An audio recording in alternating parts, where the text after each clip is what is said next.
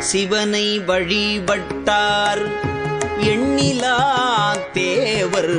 சிவனை வழிபட்டார் எண்ணிலா தேவர்.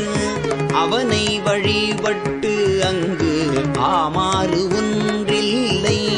சிவனை வழிபட்டார் எண்ணிலா